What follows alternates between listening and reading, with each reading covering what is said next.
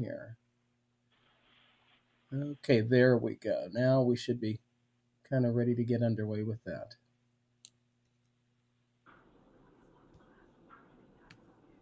Too many buttons.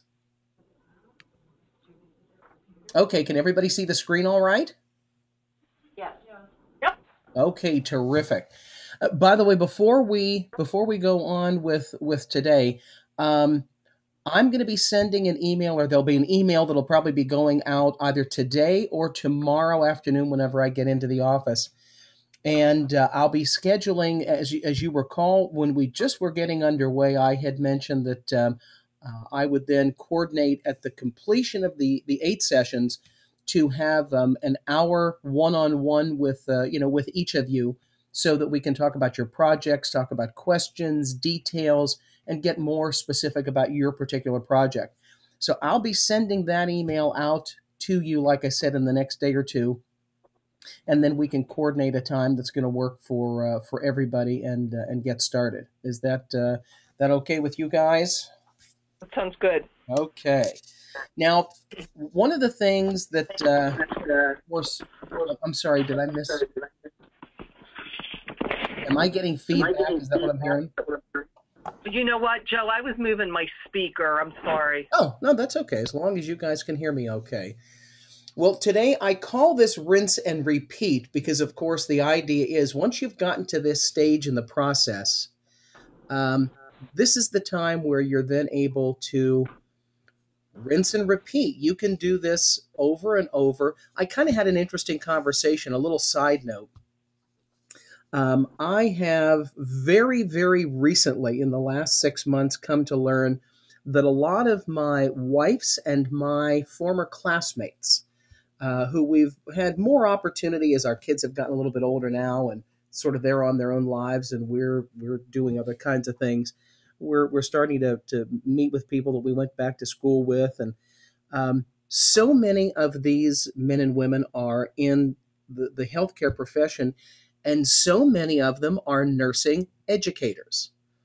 And I found that absolutely amazing. So I've been sort of picking their brains here and there, and asking questions about the types of things that they have perhaps done with regard to funding within their own institutions, and they're in different parts of the country. And I hear so many of them say, "Gee, I wish that's something that we did do, or could do, or I knew something more about." And I find the timing kind of interesting, because I don't think I have to tell anybody that the economy is a challenge for probably your organization as well as everybody else's, and therefore your budgets are affected as well. And even though the foundations that you will be talking with experience or are likely to be experiencing a higher volume or increase of requests, it's these skills that you're learning, um, that make your projects not only stand out, but it's the way that you're approaching them. And one of the things that we're going to be talking about today, no, not one of the things, it's the core thing that we'll be talking about, is what exactly these foundations are looking for from people who are requesting to partner with them on projects. And I like to think of it in terms of partnering on a project, rather than, gee, do you have money that you can put into my project? Too many people see it that way. And I hope that what you've come to understand as we've done this over the last several weeks is that they need you just as much, and in some cases and at different times of the year, even more than you may need them. Because unlike, well, no, not unlike, but there are plenty of foundations and programs and charitable foundations and corporate foundations and government programs and state government programs and local programs and trade association groups and every other kind of group that you can imagine that want to be able to give money to an organization like yours, so that it enables them to do more of that and to maintain their 501c3 status, and so on and so forth. And so there are plenty of those for you to sort of choose from to match up. And I don't have to tell you that being in the healthcare industry, probably the majority of foundations that you're ever going to be talking to, some part of their mission match is going to be about healthcare or community health support, these types of things, education. But the foundation that you're contacting, they have to sit back and kind of wait. They have to wait for somebody to be the right match for them. They have to wait for people to contact them. They don't have big marketing budgets to go out there and make themselves well known. Some of them do, but not very many. And so, oftentimes, especially when you're talking to maybe one of your local community foundations, they may actually sometimes settle on a project that isn't quite what they want to match up with. So that when your project comes along and it just happens to be a perfect fit for their mission, they're all in. And I hope that you understand that and you keep that in your mind as you go forward with this. So, how do you like my little kitten picture? Love it. I happen Vicky found that for me, and my wife's name is Vicky, and I love cats. I just have always loved cats, and of course, kittens are like they're like little babies. Well, that particular picture, when she found that and she had shared that with me, I literally keep that on a little sort of frame on my Mac desktop unit because that just makes me smile and starts my day. So I hoped it would make you smile too. But anyway, one of the things that we're going to be talking about as we go forward is what is your why and what types of options do you have and are you committed? And that's what we're going to be addressing today. And when I say what is your why, it's that purpose. It's the purpose behind why you're even bothering doing this. Um, there's no question, as we've gone through, you have come to understand that there's a little bit of work involved. Yes, it's pulling together a team, and yes, the team is going to do parts of this that maybe aren't really something that you would like to do or feel comfortable doing, and that's why we have accounting departments and human resources departments and whatever. But the thing that you, of course, are going to be most closely involved with is going to be that putting together the message and how you share that message and taking that right from your heart and putting that into everything that you're doing. But let's face it, you have a couple of other projects in your life. You've got schools to run and you've got people to manage and you have reports to file and all those good things. So there really needs to be a why to why you're doing this. And I will share with you that when you can put that message in front of your funders as part of the really the letter of inquiry is what's going to start the whole ball. But when you're able to do that, you change the game. And especially today when we have, like I said, with the economic conditions that we're really faced with, it's every foundation is seeing more activity. Lots of that activity is not what they hoped that they would be seeing more of because there's more people that are just saying, give me something. I need money to do this. And so many of them, it's sad to say, they don't take the time to do the homework or to put in the due diligence to understand how you approach or how you speak with a foundation or a funder. And I hope that over the last 7 weeks, what we've done is we've established that core, that background of what you do. And then today, what I want to do is I want to give you a perspective on how the funders are looking at things, what's important to them. So again, that's kind of where we are on this for today. So if I may, I would like to take a minute and share with you why I do this and why I've done this for now going on 20 years. Um, and I know Gay has heard me say this before, but the reason why I sometimes feel like I'm at all qualified to even speak with you is because I truly have bounced my head off of every wall imaginable, going after and finding programs and funding for people. I've made every mistake you can possibly. Maybe I shouldn't say that. I'll jinx myself. But I've made a whole bunch of mistakes, and a lot of those mistakes have cost a lot of time. Fortunately, I've not cost anybody else time or money, but I certainly have cost my own company time and money. But as they say, everything for a reason, and it has to happen so that you get to the place where you are. I truly love to learn. I will tell you that, not meaning to pat myself on the back, I work 7 days a week, and it's because I truly love what I do that I do that. Um, Fortunately, I have an office in my home as well as an office in the city at the university, so I have the ability to work when I want to work. And when we travel, that's why I have tablets and iPhones and small computers and laptops, because I can work absolutely anywhere. And I use the expression "I'm a closet nerd." Well, I sort of think that one of these days I'm going to start a blog and it's going to be called "I'm a Closet Nerd." I've just always loved the whole concept of learning and then sharing that.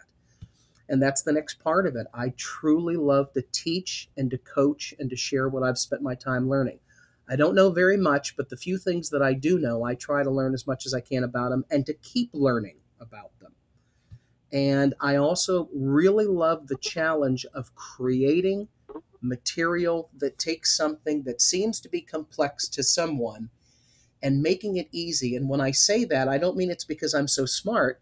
I mean, it's because I've probably learned that everything that appears to be complex comes down to a process. And once, and my mind kind of works in a process order. I think that's because I'm simple minded and I have to look at things in a linear fashion. So I find that by building processes to do things and to learn things, anybody can do those things. And that's kind of what I hope that I've been able to do with this, is to take that mystique of grant funding and make it into simple steps that anybody can do, and you just follow along and you don't try and reinvent the wheel. I used to use the expression, when you try and reinvent the wheel with grant funding, it's like someone starting a giant snowball at the top of a mountain and you thinking that you can get in front of it and stop it. It's just going to bowl you over and cost you time and aggravation. Better to step out of the way of the thing rolling down the hill, and as it makes a path, just walk behind it. That's the way to go with this. And it works. So that's what we want to do. So this is just something that seems to work for me. And I hope that by putting this process in front of you and then helping you to sort of understand these steps, and maybe as we work together one on one, we'll answer some other questions for you, but we'll take that further, and I'm sure that it'll be something that you will find will work very, very well for your organization as well.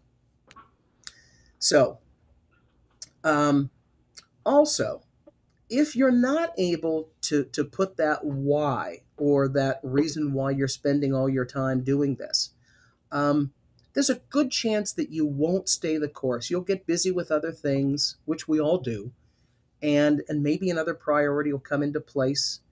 And then all of a sudden, and it's very simple to put this, you will miss the golden goose. And believe me when I say this, this process really is a golden goose. That's the best analogy that I have really ever seen. And not because it's just riches waiting to happen, but it's because it gives you the opportunity to look at something that's important to you and important to your organization, and to be able to go to that resource and do the work that needs to be done, and it will produce results, and it'll produce results every time if you just follow along that process. So anyway, now um, the why for the funder, the sort of the people that we want to make as part of our friends, our buddies, our partners. Um, there's a couple of reasons why they do what they do. And I've had the pleasure of talking with and working with and getting to know a number of good, solid organizations and funding groups. Um, and they're transient, just like everybody else. They'll go to one foundation and they'll learn, and it might be a little bit smaller, so they'll sort of get their feet wet and figure some things out, and then they'll move on to a bigger group. But like I've said before, it's a small community, and a lot of times, fortunately, the people that are often running the foundations, they're wise enough to see that young people that have an interest in the funding world are also ambitious, and that ambition will lead them to want to do more. So this little three-step process that you keep in the back of your mind as you're talking with these people is a pretty good way to look at it. The why for these people, definitely number one, it's the mission. A lot of, I'll say young people as an example, might come out of college or graduate school, um, sometimes even out of the corporate world, and they come to realize that they'd like to spend more time in the nonprofit sector, and there's a mission that they truly believe in, whatever that mission might be, and they want to help, and they feel compelled to do something, or they believe in it so strongly, and so they get behind a foundation that does it. Well, then one of the things that happens when I say money, I don't mean the money they make, because trust me when I say that there's not a whole lot of money to be made in the foundation business. You're not going to get rich being in the grant world. You can make a living, but you're not going to become rich. But if you truly care about something, um, and if money is not one of them, and a lot of these people, that's the case. It's not that it's the money, but they like the structure of how foundations work, how they live, how they behave, and they sort of they come to be a part of that, and they care about that. So for that reason, um, they want to continue forward with it. And when you become an executive director, or you become a key um, grant maker within an organization, yes, you can make a good living, but you also, and here's the magic word, Maslow's hierarchy of feelings, recognition and fame and achievement are big, big parts in the foundation world. So, yes, there's a whole lot of altruistic beliefs and feelings and all that good stuff. But believe me when I say, those people like to be recognized for the work they do. And if you understand that and you use it to your advantage, I'm not saying be manipulative, but I am saying be aware of the fact that they're human beings, so they believe in the same kinds of things the rest of us do, and that's just something to keep in mind. It's how they sort of got into the business, if you will. Um, but since we now know that those are the things that they truly are that they believe in and are a big part of them, we need to help them. And we are helping them whenever we go to them and say, I've got a project that I think that your organization would like to be a part of, and I want to share that with you. And that's how it begins. So, really, step one, if you will, is they want you to do your homework. And when I say do your homework, they want you to know exactly what it is that they are looking for. Um, it's understanding that mission, yes. It's understanding the process and understanding the work that goes into it, but knowing who their organization is, what they're about, the sometimes even the fact that they have a geographic preference. Have any of you ever heard of the Richard King Mellon Foundation? So, Well, the Richard King Mellon Foundation is here in southwestern Pennsylvania. My guess would be that it's probably one of the largest private foundations. Well, it's one of the top, I think, 50 in the United States. So it certainly is the maybe the one of the largest in Pennsylvania, if not the largest. They have $1.9 billion in assets. Now, when you think about that, their responsibility is to give away 5%, only a minimum of 5% every year. They probably do give more, but let's just say a minimum of that. Now, my math is absolutely terrible, so I can't even make that calculation, but I think that that means that they have to give away something like, I don't know, what is that, $50 million a year? So 5%. tough job. Yeah, tough job, exactly.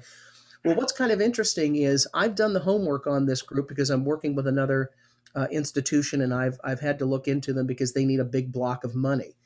And one of the things I found interesting about them, and I've only ever worked with them once before, and we had gotten funding for a large bank in Pittsburgh, and it was to help the underprivileged learn a job skill. And so we found money for them, and I think we got somewhere between three and $500,000 from them. It came from RKM or RK Mellon Foundation. Well, the great thing about the Richard King Mellon Foundation is they're very, very pragmatic. And by that I mean they expect you, since they know they've got a lot of money and they know that they have to give it away, they know that there's a lot of people who are going to come to them, but they truly prefer groups that are in southwestern Pennsylvania, and they have four things that they like to fund: education, community and economic development, in other words, helping to grow, small business and things that help to grow jobs and such, human services, and there's one other, and I can't. Oh, and the environment. I think the environment's kind of a goofy thing because that's another whole story. But anyway, they do put money into it because probably they get a lot of tax credit for it. But anyway, by far the most money that they give, easily $50 million a year, easily, hands down, goes to community and economic development. Second thing that they give to every year, probably around 12, $15 million, is human services that includes everything from healthcare to supporting charities in the community to help with community activities. And then the third, very close, somewhere between 10 and 13 million, goes to education. And then way down on the scale is the little environment thing. The reason why I point that out is when you go to them, when you write to them, communicate with them, they expect you to know that. That took a few minutes of time. Now I'll tell you that their 990 form, which is basically the tax return that every foundation nonprofit has to provide to the government, as well as make for public record. It is 301 pages long. That was last year's. I've probably looked through all 300 plus pages, but I've scanned most of it looking for pieces of information. Now, please don't think that you need to know how to read a 990. That's not something that you're going to need to spend your time doing. I do it only because I'm looking for key pieces of information that just help me with a research piece. So don't allow that to throw you off and think you've got to do that. But anyway, so going through that, it allows me to see certain things that make it so that whenever I would suggest to somebody that they make a contact to RKM, I might suggest to them, make a reference to the fact that in 2012, they funded 45 plus $1 million to community and economic development. And your project, you feel, falls into that guideline because of a grant they funded to a particular organization that's like yours. That's one of the things that I mean by when you do your homework, it's something that they expect. They don't get it all the time. So when you do that, you stand out from the crowd right away, and that's important. Now, the next thing that they want from you, and I sort of refer to it as the buddy system, and that's sort of a silly way to do it, but most funders get a lot of applications on an ongoing basis. So if you have had the opportunity through your letter of inquiry and any follow up that you did, as we talked about a couple of weeks ago, you now have the contact who you sent the letter of inquiry to, so you know who you're talking to or who you would talk with. Perhaps you've done a follow up, like an email or a phone call that you've reached out to them. So, in that way, they're now starting to see your name. When you actually begin the process of building that mission match relationship, you've taken the next key step. You've now not only shown them that you've done your homework and that you know who they are, now you've also started to build a relationship with somebody inside. Huge, huge step forward. That makes a big deal. And this doesn't take any time. This is a very easy thing. Now, how they work. Every foundation has certain processes. We've talked about them. There's 6 steps. But just as an example, if you recall last week when we were going over just the amendments, the additions, the index pieces, the attachments that they may request. They may request a couple of pieces that, and I can't tell you off the top of my head what they might be because everybody's different. But you'll recall that one of the things I mentioned, if they didn't ask for anything in particular and you just attached the few that I listed, you'd be safe. Well, the fact that you understand when making contact to these folks, that you understand what it is that they look for, and that you even address those things as you're speaking with or you're talking to them or emailing them, you now show them you know who they are. You know how they work. Just think about these first three steps that we've talked about. You've done more than 99%, maybe 95% of the people that contact them. So again, what we're trying to do is we're trying to make sure that every little thing that the majority of people overlook, you're doing. It's not costing you time, really. It's not costing you money, but it's putting you at the top of the stack right away. And I think that those are important key steps. Now, then the next thing is the team. And I call it the team because these folks are, I'm sorry, was there a question? No, not on Oh, our end. it must just be the feedback again. I'm sorry. Sometimes it's a little bit challenging when that happens. But um, there are lots of occasions, more today than maybe ever before, where these organizations, they almost want to see that you are doing more as a group, as a company, as a hospital, perhaps is a way to look at it. To reach out to the need group that you're trying to serve, or the need or the problem that you're serving, and simple things like volunteering, employees that do volunteer help. That's why, as an example, you see so many times on TV, like, I'm just picking somebody out of the sky, Home Depot, like their employees contributed a thousand hours in the month of January to help for something. Well, that quite frankly is a blatant, for our industry, if you will, that's just a blatant way of those people saying, we can put some money into advertising to tell you about how great our volunteer program is, because then when we ask for money from a foundation, they know that they're getting involved with somebody that does make volunteerism a key part of what we do. Um, Anything that you folks do with your employees, or that you make available through your employee groups, that shows any type of volunteerism, or how the employees reach out to the community.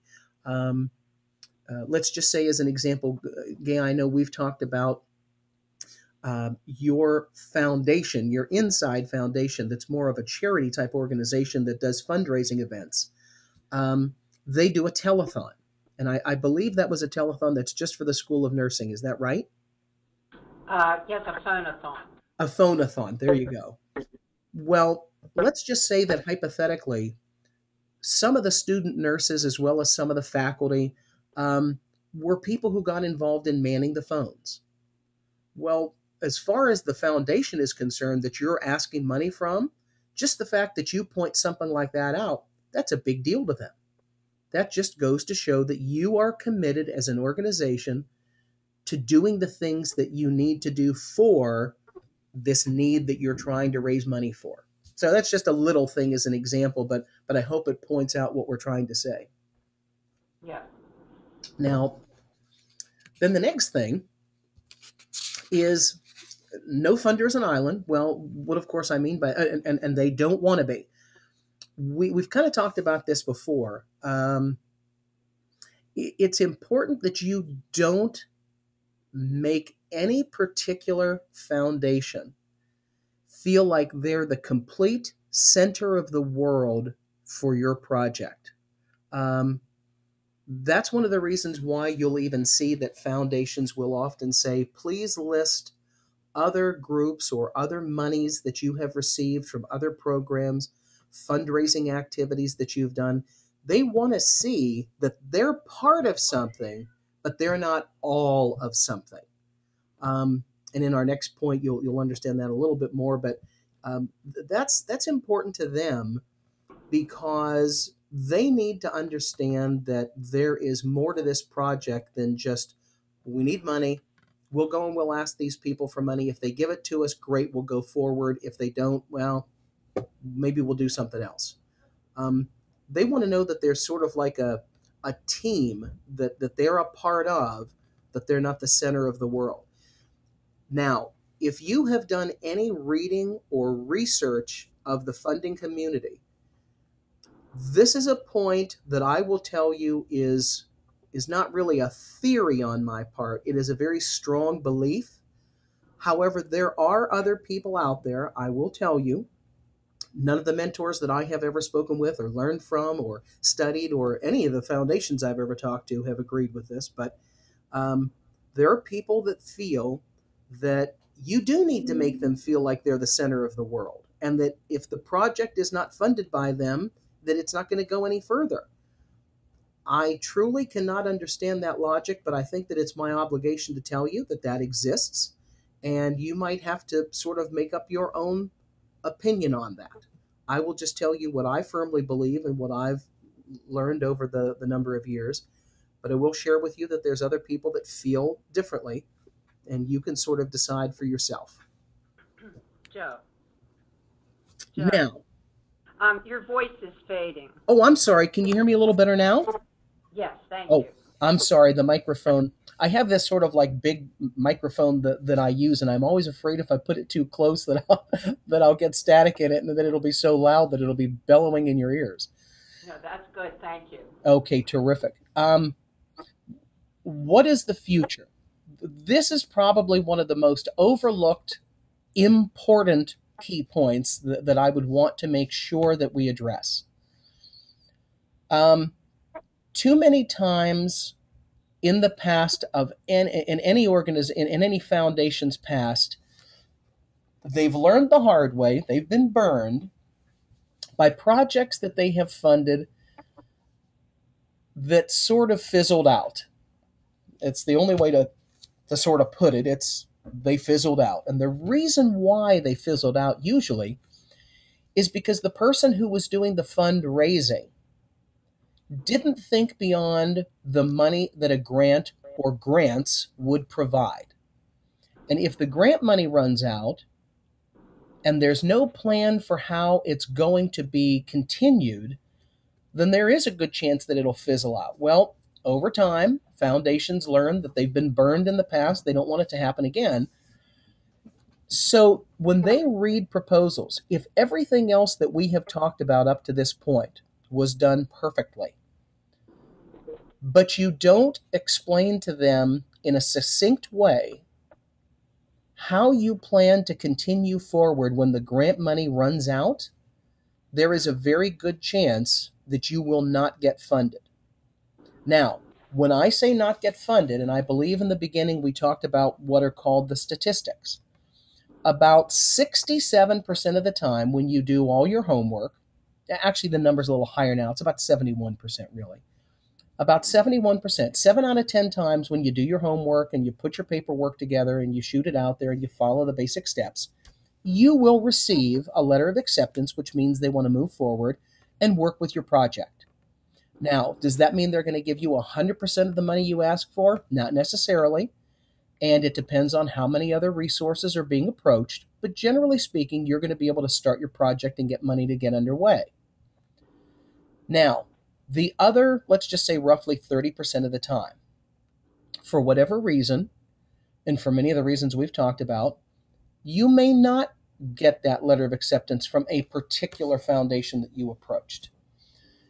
The people that stop right there and go no further, needless to say, that's it. They're finished and they're not going to get anywhere. However, the people that say and do the things that we've talked about here, and then if they get a letter that says, or a rejection of some type, that the project is not going to move forward, and basically they just say in very easy, straightforward terms, what can we do to improve our proposal, our submission, our request of you? The foundations will 100% of the time give you feedback. And it could just be, we gave away all of our, let's say, education money for the season by the time we got to your proposal, and so you're welcome to come back in the next round. About 82% of the time or greater, you will get funded then. But not very many people do that. And they do say that if you had to go a third round, if you had to go 3 times to the same organization, and you basically were going after the same message and you stay committed to it, and we're talking about a period of about 18 months that the cycle might go through if you had to actually go that far, you have about a 95% chance of being funded at that point. And then if you didn't, if you fell into the 5% that didn't, it's because there's a flaw in how you approached it in some way, shape, or form. So if you think about it, just going back to the same foundation 3 times, looking for the same type of project, you're about 95% guaranteed you're going to be funded. And that's not bad odds.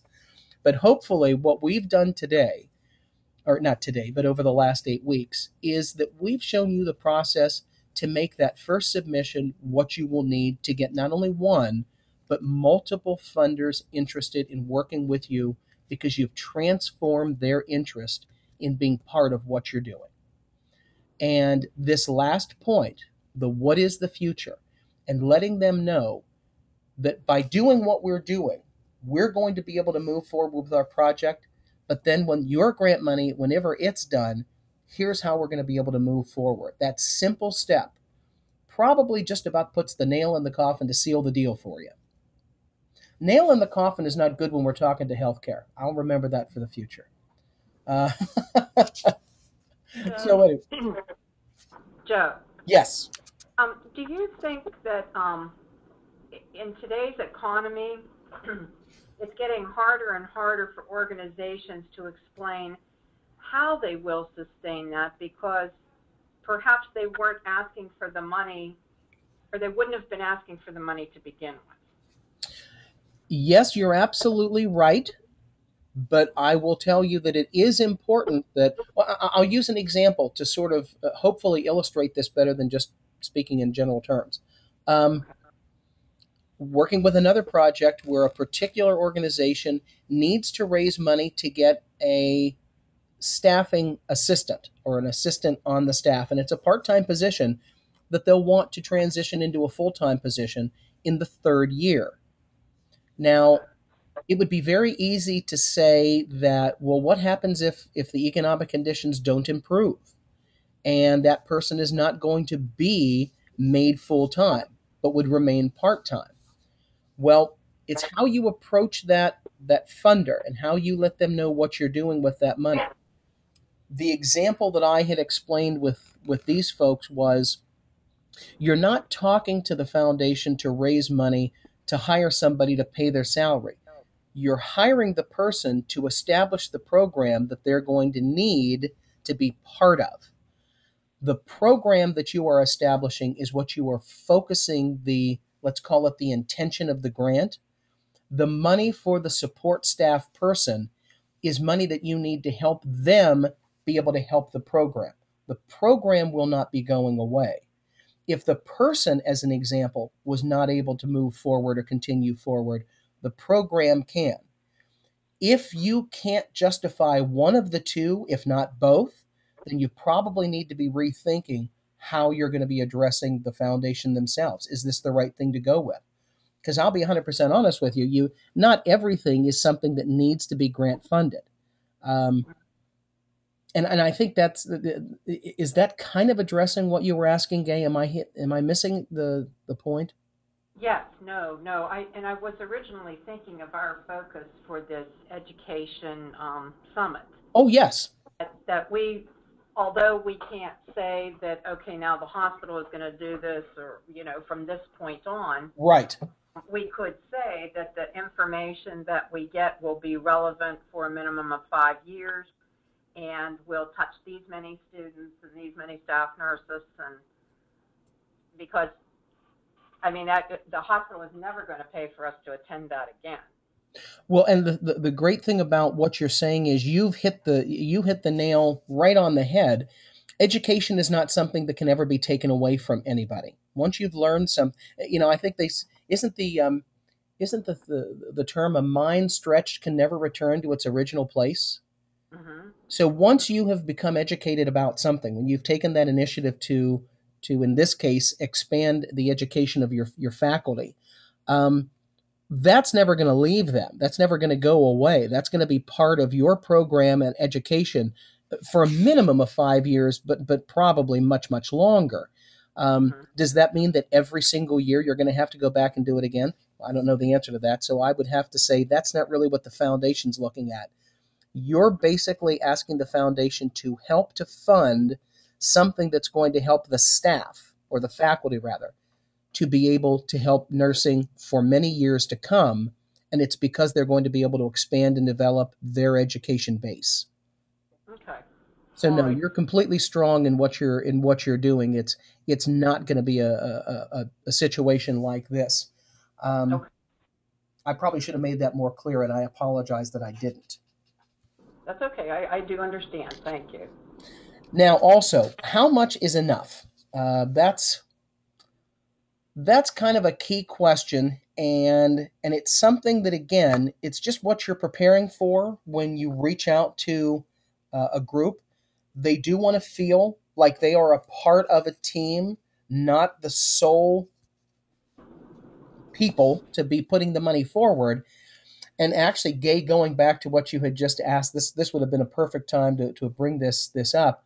Um, there again, when you're talking about something like education or helping a community in some way, helping a group of students in some way now and in the future, this is another time where when you are able to justify in your submission that you are reaching out to the funding community, not, you don't have to specifically say that you are reaching out to a foundation or to specific foundations, whether it's 2, 5, 10, or whatever, but that you're reaching out to the foundation community that is specifically interested in helping, and let's just say education, nursing education in the southwestern Pennsylvania area.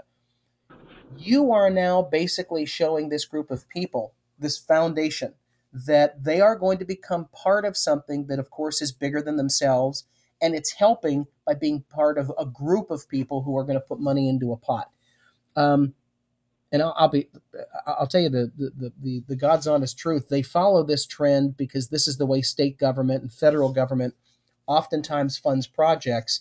An agency that has a desire to do some type of funding, they may not have enough money to do everything they want, so they reach out to other departments and agencies, and they give them credit, and it gives them a chance to ask for more appropriations in the next legislative season. Well, in all fairness, it's probably a great way for these foundations to be able to grow, because once you have established yourself with any foundation and you've gone through and you've done everything that they ask, and it's really not very much, once they give you approval and you start doing the program that you've set out to do, really all they're going to ask of you is to keep them sort of posted on a, let's just say you ask for a 1 year grant. They might ask you twice in that period to just give them an update on how it's going, and that's about it.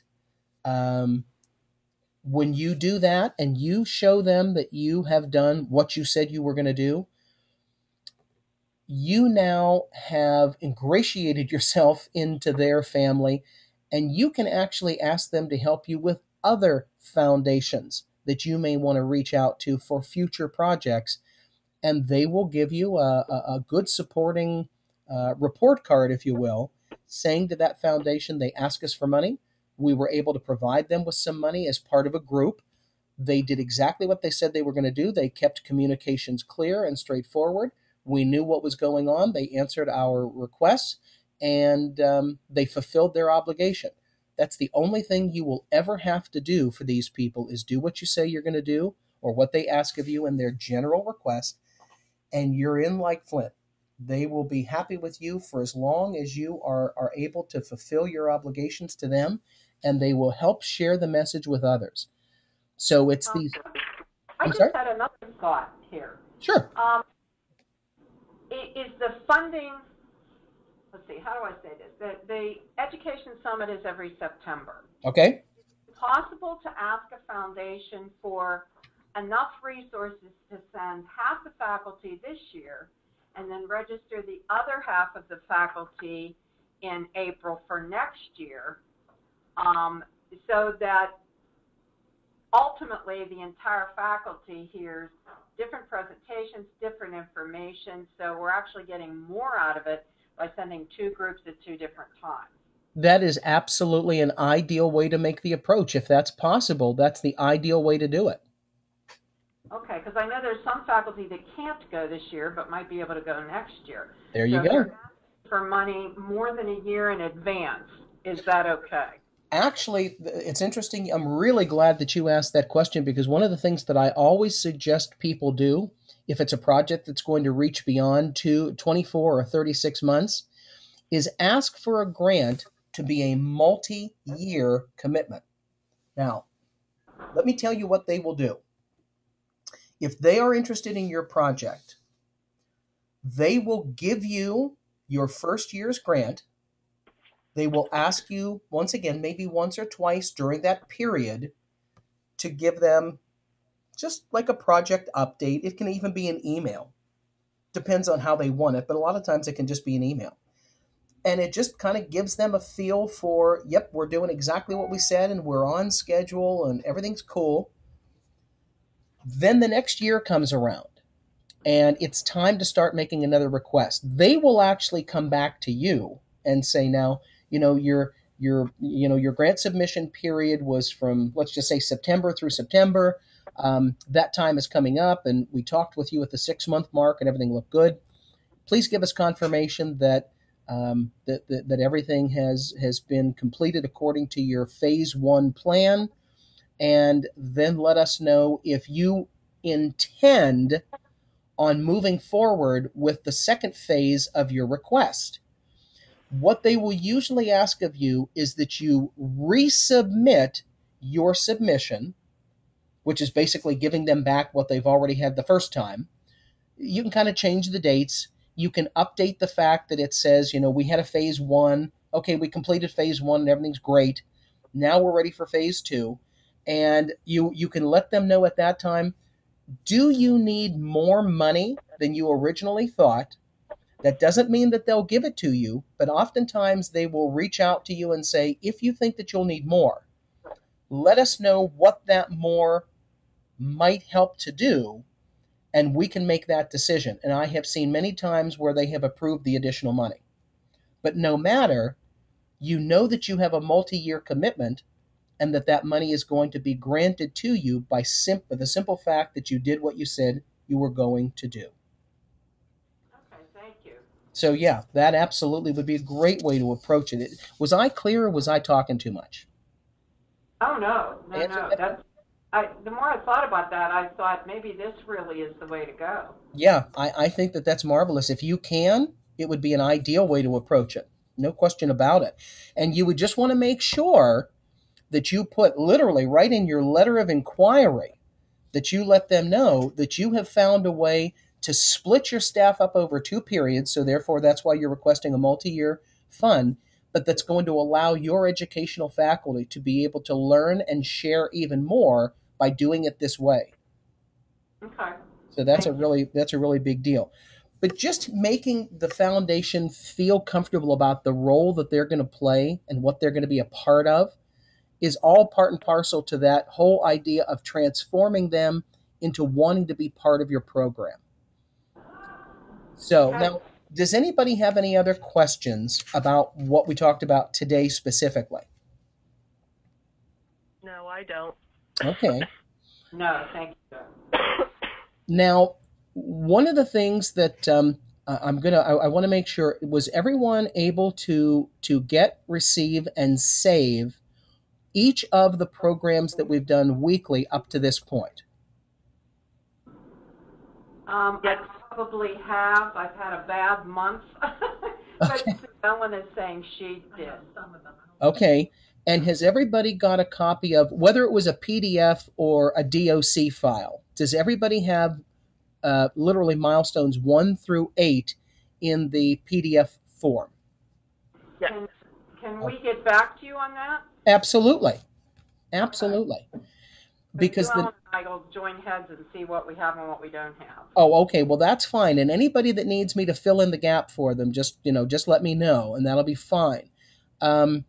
Because the next step, like I said, now I'll send out to everybody this over the next couple of days. I'll shoot out to you, and I'd like to schedule that hour consultation session so we can work together one-on-one. And in that time, what we'll probably do is we'll fill in any gaps of things that perhaps you may have questions about, things that maybe you've missed, or perhaps you had a meeting at a time when we were going to be together. But that'll be the time when we can fill in those pieces, and we'll go from there. So for today, if nothing else, just have a great day and a great weekend. I'll send the schedule request to everybody. And in the meantime, if you'd check to see if there's anything you need me to fill in for you, just let me know. Okay. That sounds good. Everybody have a great weekend. Okay. You too, Joe. Take care. Uh-huh. Thank you. Bye Bye-bye. now. Jane. Yes, Gay.